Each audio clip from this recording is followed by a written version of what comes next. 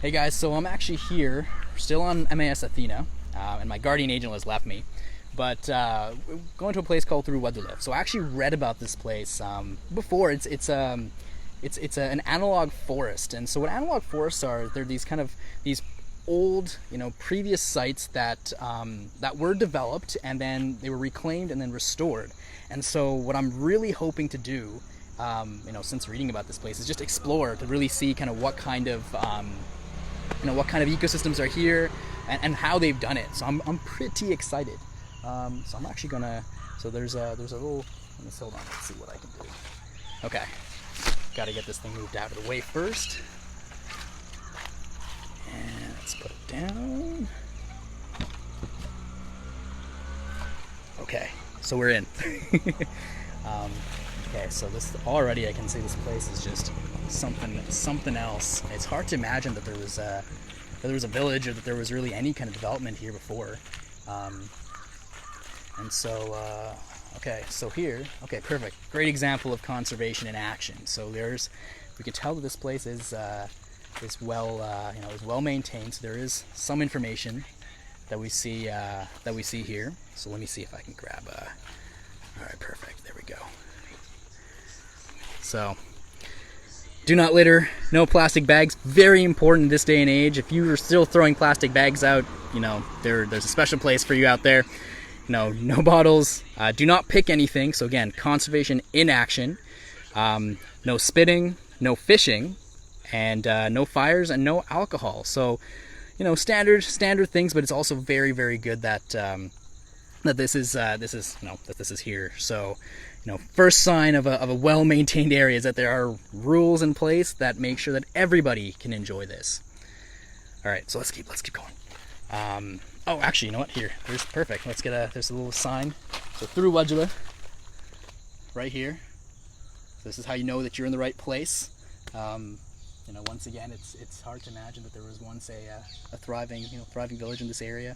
This place was reclaimed and converted. So I'm pretty stoked to see what's growing here. I mean, it very much is like I think that the goal is to recreate this forest that used to be here. Oh, we got bamboo. Everyone knows that this is one of my favorite species of plants. Very toxic. Do not eat the shoots, but also very important as a form of livelihood. So the other thing I actually didn't mention earlier about analog forests is that, because they're a conservation initiative, what happens is you end up actually, you reclaim these lands and then you try to recreate these ecosystems that were, lost to development, however many years ago. In this case, it's about 150 years ago. But from there, they seek to, you want to make sure that it's both similar to the system that it used to be, but also in a way that people can use it. So analog forests are really, really, really popular. It's a form of permaculture, really. It's a way to make sure that people are able to use the forest, that you're growing species that produce, non-timber forest products like fruits and different types of, plant material that can still be used. Well, actually, you know what? Here we are. There's a sign right next to us. So it's telling us, welcome to Thuruwadula Analog Forest. Perfect. There's a little bit of information here. So, it's the first one in Sri Lanka. That's amazing. And I mean, I think, I remember reading about this, being kind of this beacon, the goal being to actually set up a, set up a system that can then be replicated around the world. And so to know that this is the first privately owned one in Sri Lanka is, it's pretty inspiring, to be here right now. So analog forestry is a system of land management that combines the values of local forest biodiversity with organic crop cultivation and seeks to establish a forest type environment. So there's a really cool, actually, you know what? let me see if I can actually very quickly showcase the map and the kind of, the increasing biodiversity, because this is really cool stuff. So here we have, main objective of Thuruwadula, restoration of a degraded ecosystem. As I mentioned, creating a replicable model, very, very important. Create an opportunity for everyone to reconnect with nature, You know, it really fits in with the MAS Athena, you know, mindset, the mission to really bring people together, to make sure that we're building something, that we're always working towards something, that we're either learning, we're training, we're collaborating. You know, just like at ATBC this year, you know, holding conferences, being a place, a meeting point, a node for everyone that really cares about the natural world, to come together and really try to change things. So we can see, you know, it starts with agriculture, it moved to agroforestry, so permaculture. So this is what I was mentioning just now. You know, it really is a, you know, it's a way, it's not, so the difference being that permaculture is essentially, you know, it's not necessarily replicating a previous ecosystem, but it is still that conservation element, in that you're maintaining an agricultural zone that is still highly productive and also biodiverse. You know, moving over to analog forestry, and this is, you know, this is a nice middle ground, and then, you know, a natural forest. So, you know, in theory, this is, you know, this is what it was, but this is the important conservation middle ground. And I'm really stoked to go explore this place. I mean, we can kind of see, you know, the map to walk around. It's a very, very large area. So we have, you know, how many different systems? We got 1, 2, 3, 4, 5, 6 different ecosystems. You know, there's birds and butterflies. Anyone who knows me knows I love to bird, so, you know, that'll be very exciting. Wetlands are fantastic spots for wildlife. You know, they are the lungs, they are the true lungs, in my opinion, of our planet, and they really are under threat. So to have a wetland here that is just, you know, it's preserved, and it's the you know, people are working on it, is, I think, it's instrumental to our conservation goals. So 9.7 acres, very, very large, right here in Emmaus Fabric Park. And just a little sampling of some of the species that we can see here. You know, so whether we're looking at, you know, various kind of bee or beetle species, you know, there's some moths and butterflies, like good old Lepidoptera, you know, various lizards, and of course our plant regrowth restoration programs we saw earlier. You know, this is a very interesting and unique place. And even on the sign, we have a little bit of sign of biodiversity. You know, ants moving along. So again, the more biodiverse the place, the better. So let's go see what we can find. So I think the first place we'll see, maybe the lookout point. We'll make our way towards the lookout point, and we'll see if we can find a you know, some really interesting species along the way.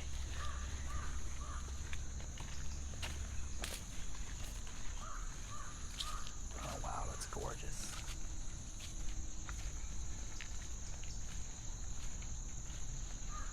You know, I can just feel, I mean, it's one of those things, you know, when you're in a forest that's really, you know, really pristine and really kept clean like this, you can feel it, you know, in the soil, you know, the nutrients that are all around. You can feel, well, it even smells different, you know, that decomposing matter, you know, on the ground, the soil, the nutrients that are entering, and all the life that it supports. It has a smell, it has a feel to it, and that's something I think, you know, is very, very difficult to replicate in an artificial system. But so, to have a place like this is, you know, and to feel that, you know, right on the MAS Athena site, I think is incredible. And there's actually a really cool termite mound right next to me. You can kind of see right here. So termite mounds are fantastic spots. They're used by a lot of different species, whether you're talking about ants or snakes.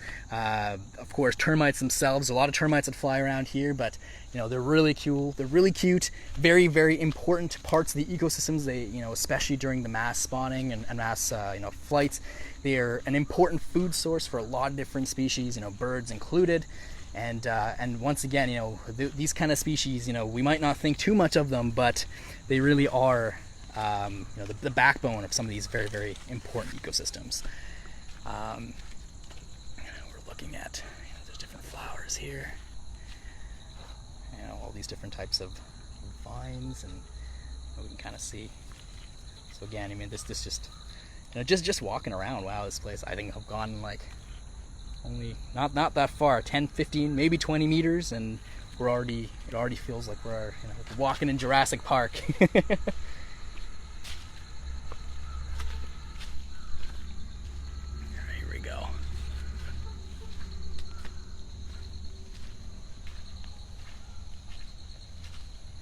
Banana plants growing around, you know, and it's very exciting to see. I mean, it's beautiful, and that's one of the things I think that sometimes we forget, is that you can have an agriculturally productive area that's still beautiful, that still has the flowers. I mean, look at this one right here. These ones actually belong to the same group of plants as the false bird of paradise plant, so you can see that right here. And I mean, it's really, you can feel it, and the flowers are so soft, and just if you just hold, I'm just gonna stop talking for a second.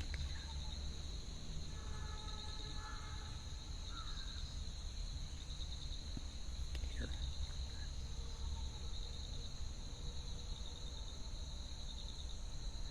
That's the sound of biodiversity. Alright, I think the path keeps going this way.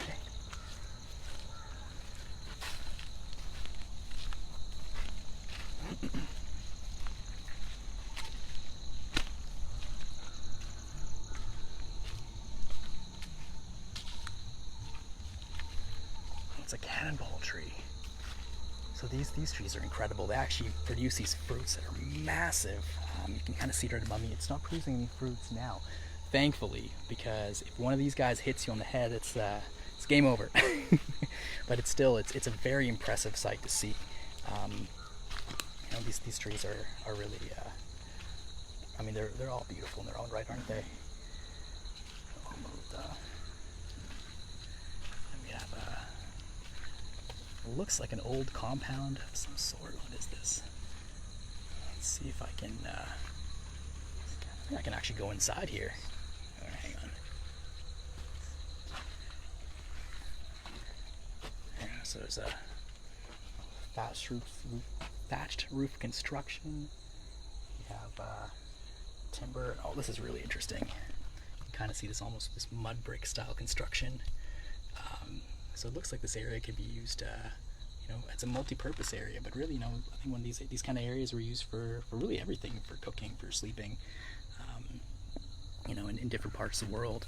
And actually, I'll show you this very quickly. It's a little hard to see. Let's see if we can light it up. There we go. And so you can see in the construction along the wall, just how sturdy it's built, but also the type of materials. So again, it's it's using materials you would find around here. And all right, let's continue making our way along this little area here. So just imagine you're here, you're with your team, you're with your group, you're looking to see how you can really change the world around us, and see you see just all this around us. Oh, there's a Thuruwadula. There's another sign: analog forest area, fire tree. Okay, so here's a great example of some more different organisms you can find around here. So whether it's the garden lizards, we saw this little picture before. Bromeliads. Bromeliads are very interesting too. They store water inside them, so they can actually maintain different species of frogs will live in there, insects as well. It's a fire tree, it's a fire tree, flame tree. As you can see just from the picture alone, I think that gives away the name. There's the ice cream bean. There's a Sri Lanka hanging parrot. Wow, I really hope I see this guy. Look at him. It's adorable. And of course, Sri Lanka wood frogs. I think these are the guys we might be hearing. So let's see if we can keep our eyes out to see if we can spot any of them.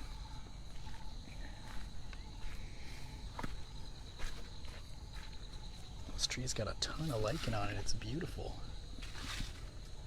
Streamus asper.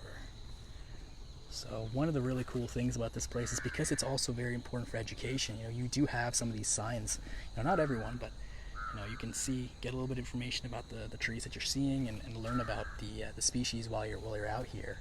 I'm just taking a look at all kind of lichens that are growing on this, and just the diversity. There's it's a tangle of plant matter, and I can see ants walking across. Marks left by a variety of other species, and it keeps going up and up and up into the canopy. So, these kind of trees are really sight to behold, and to see them here is great, right on site. So coming out here with your with your team, it's inspirational is what it is. Let's keep making our way. Root and plant matter.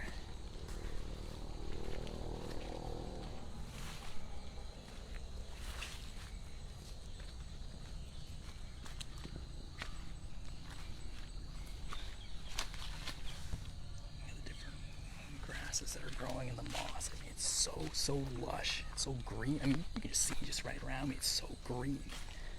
This is really something. Air is fresh.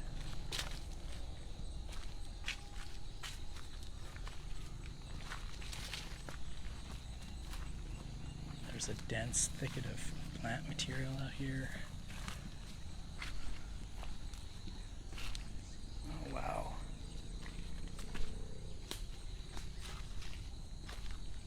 You kind of see, it looks almost like a, what is this? It's almost like a nest, but it's I can see some members of the ginger family growing pretty big, and then there's this little sign there, Ketakela. I mean, just look at the size of these plants. I mean, they're huge. You kind of see, they just keep going and going, and so this is something that, it's kind of incredible to think. It's not that old, this place, in the sense that it's, it was reclaimed fairly recently, but in such a small amount of time, no doubt because of the work of the people here. They're definitely working working their butts off to make sure that this place is is healthy. It's regrowing, and the biodiversity here is just flourishing. See, Cilia.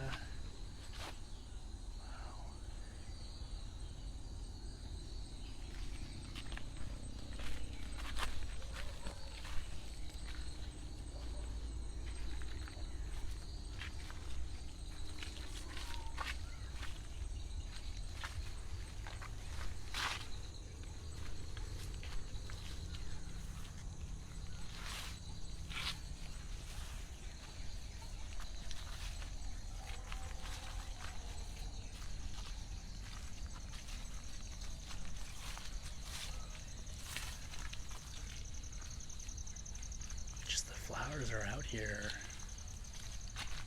They're gorgeous, of all sizes, small ones, big ones.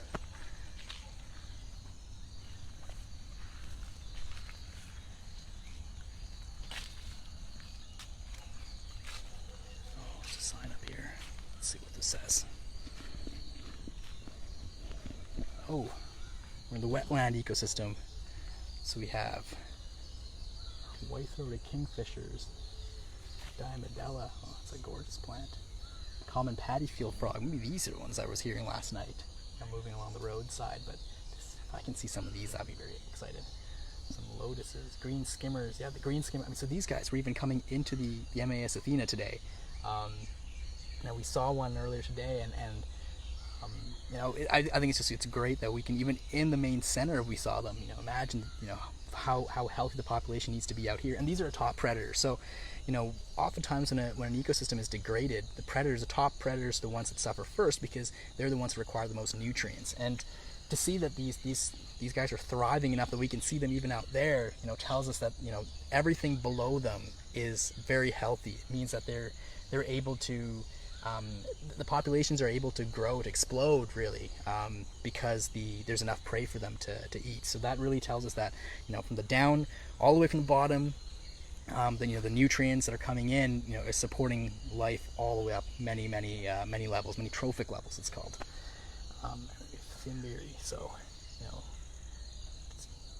So a variety of wetland fauna, endemic species.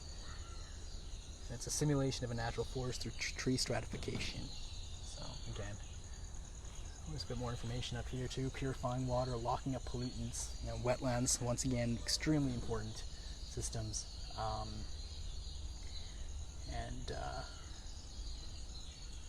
Preventing eutrophication.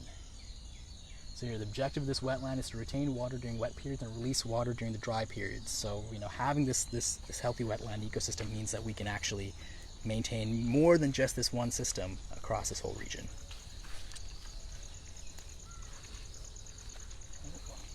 Little interesting little insects. Diospyros malabarica. Oh, okay.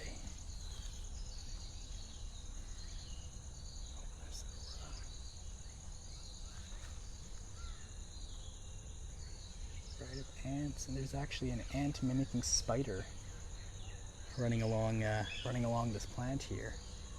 And they're called that because they look very much like ants. And so they use it for two reasons. One, because they will actively hunt ants, but two, it's a very effective way of camouflage, because if you look like an ant, you're less likely to be taken and noticed. So I mean, wow, this area is beautiful. And oh, hold on, I think just trying to make my way over this side, and so I think there's this area looks like it might be oh, this must be the rock ecosystem, where there's a massive area here. I can imagine there being water coming down here, and you can just kind of see the movement. But this area certainly is influenced a lot by the water in the region, and that's probably owing because it's quite close to to the major watersheds in the region, both above ground and below ground. So this is a gorgeous system, and I mean it's far surpassed expectations. So once again, I mean, 9.7 acres right here on MAS Athena, on the Fabric Park. I think this is such an amazing place. So I can't wait to be back. I'm gonna go hang out a bit more here, take some pretty cool video. My senses are just being overwhelmed by the sheer amount of biodiversity. So I'll see you guys in the next video. I'm gonna go explore a bit more.